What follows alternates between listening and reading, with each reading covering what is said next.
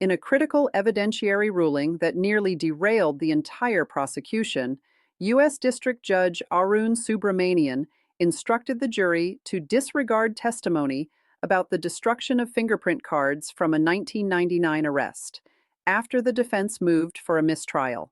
This decision, made in late June 2025, stemmed from a witness's claim that Combs had the cards destroyed to avoid scrutiny, but the judge deemed it prejudicial and unsupported.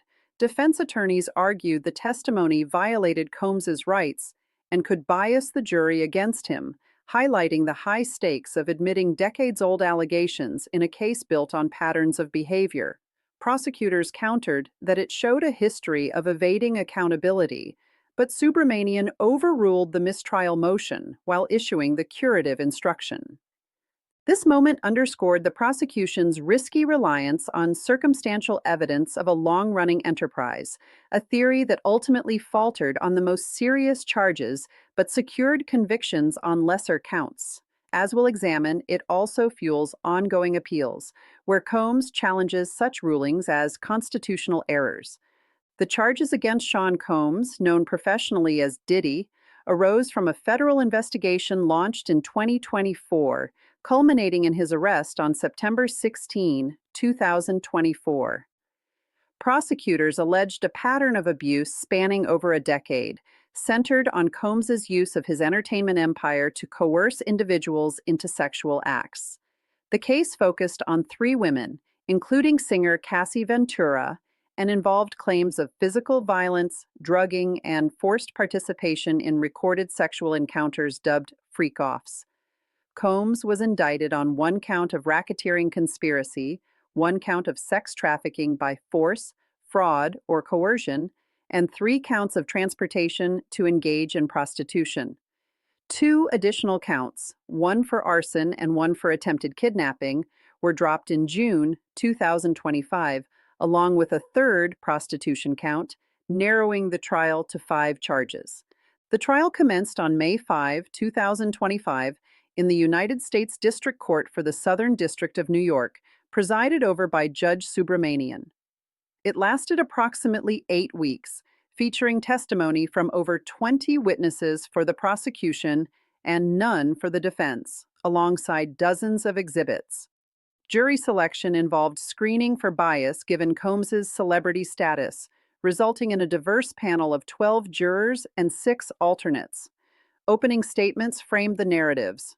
Prosecutors described Combs as the head of a criminal enterprise that exploited power for sexual gratification, while the defense portrayed the allegations as exaggerated claims from opportunistic accusers seeking financial gain.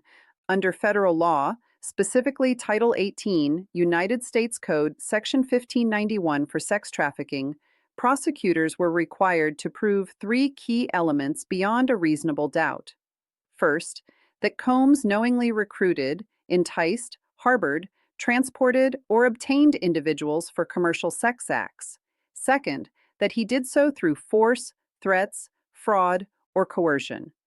Third, that the acts affected interstate commerce, such as crossing state lines or using interstate facilities. For the racketeering conspiracy under Section 1941, they needed to show Combs conspired to conduct an enterprise through a pattern of racketeering activity, including at least 2 predicate acts like sex trafficking, kidnapping, or bribery. The transportation for prostitution charges under the Mann Act, Section 2421, required proof that Combs knowingly transported individuals across state lines with the intent that they engage in prostitution. Intent, in this context, refers to the defendant's purposeful knowledge that their actions would lead to the prohibited conduct. It's inferred from circumstances, not requiring direct evidence of motive. Prosecutors had to demonstrate Combs's specific intent to coerce, not merely that consensual acts occurred. Without proving force or fraud, the sex trafficking charge could fail, as consensual adult sex work isn't criminalized federally in this manner. The evidence presented formed the core of the prosecution's case, relying heavily on witness testimonies and physical items rather than business records. Key exhibits included a 2016 surveillance video from a Los Angeles hotel showing Combs assaulting Ventura by kicking, dragging, and throwing objects at her. This video, leaked publicly in May 2024, corroborated Ventura's lawsuit allegations and was admitted to show a pattern of violence. Prosecutors also introduced over 1,000 bottles of baby oil and lubricant seized during March 2024 raids on Combs's homes in Los Angeles and Miami, argued as supplies for the freak-offs.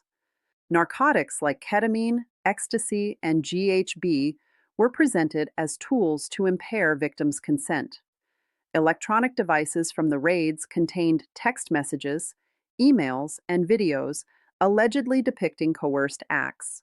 For instance, messages showed Combs arranging travel for women and male sex workers across states, with instructions for sexual encounters. Phone records traced interstate communications coordinating these events. No formal business records like ledgers were central, but prosecutors used Combs's company emails and financial transfers to escorts as evidence of the enterprise's structure. Witnesses described freak-offs as orchestrated events where participants were flown in, drugged, and filmed without full consent, with Combs allegedly using the recordings for blackmail. Testimony was pivotal. Cassie Ventura recounted a decade-long abusive relationship, including beatings and forced sex with male escorts while Combs watched and recorded.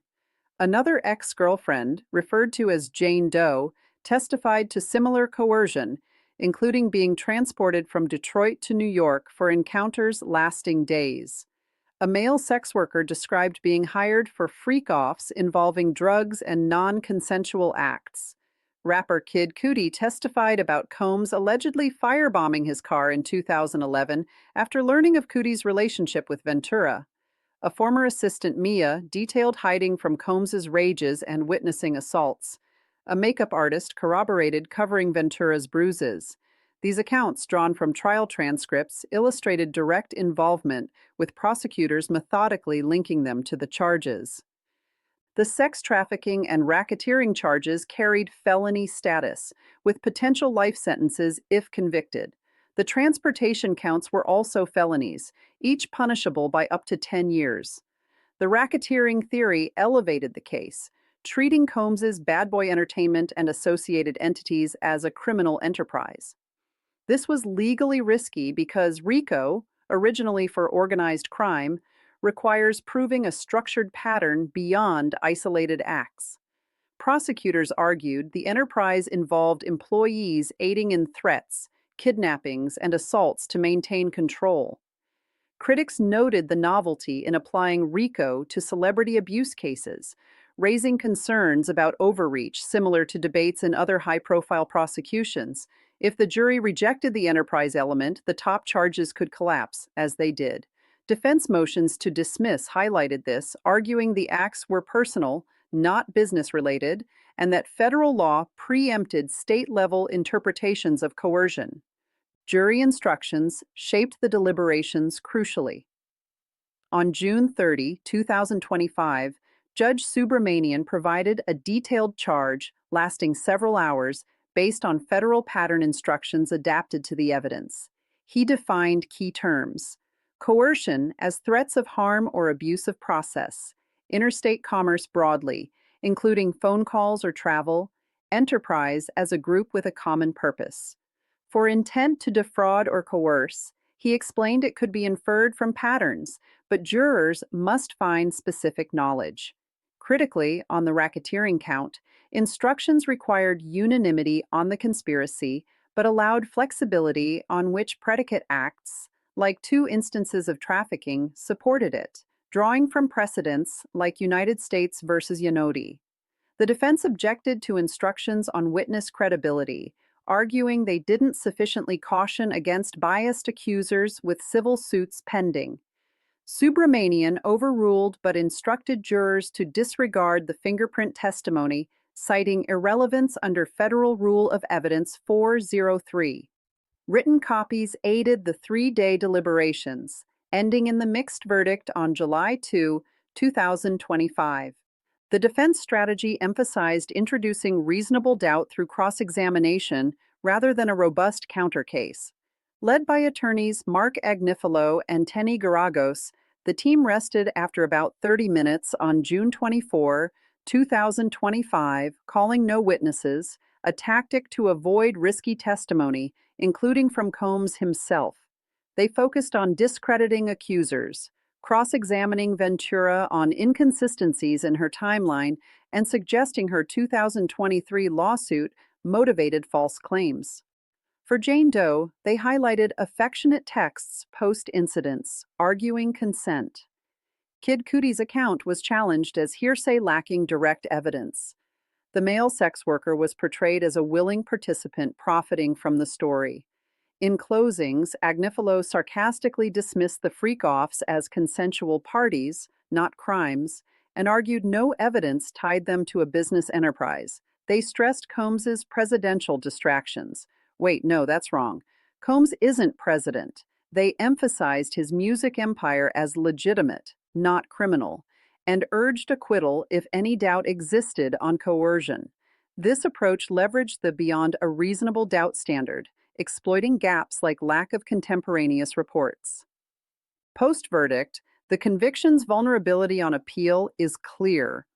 Combs filed a notice of appeal on December 23, 2025, to the Second Circuit Court of Appeals. Key arguments include, first, evidentiary errors, such as admitting the 2016 video and prior bad acts under Rule 404B, claimed as propensity evidence. Review is for abuse of discretion with harmless error analysis. Second, the jury instructions on coercion were vague, potentially allowing convictions without unanimous predicates. Third, the Mann Act application was overbroad, as transportation involved consensual adults. Appellants seek reversal, arguing insufficient evidence of intent. Fourth, sentencing issues. Combs received 4 years on November 18, 2025, but appeals claim it was unjustly harsh given acquittals on majors, seeking reduction or release.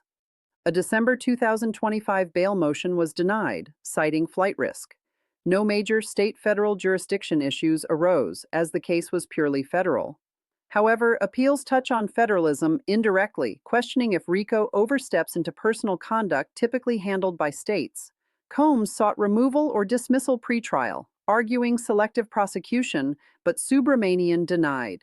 As of January 2026, briefing continues, with oral arguments pending.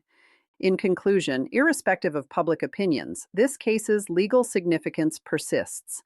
It examines the boundaries of RICO in abuse allegations, the admissibility of video evidence in pattern cases, and standards for coercion in sex-related prosecutions. The prosecution's witness-driven strategy contrasted with the defense's concise doubt creation, showing how mixed verdicts can emerge from complex theories, yet face appellate reversal. As appeals proceed, this may refine accountability for influential figures in entertainment. Thank you for joining me on Courtroom Unfiltered. If this in-depth analysis resonated, please like, subscribe, and share for more objective legal breakdowns. I was your host, Sarah Ellis. Until next time.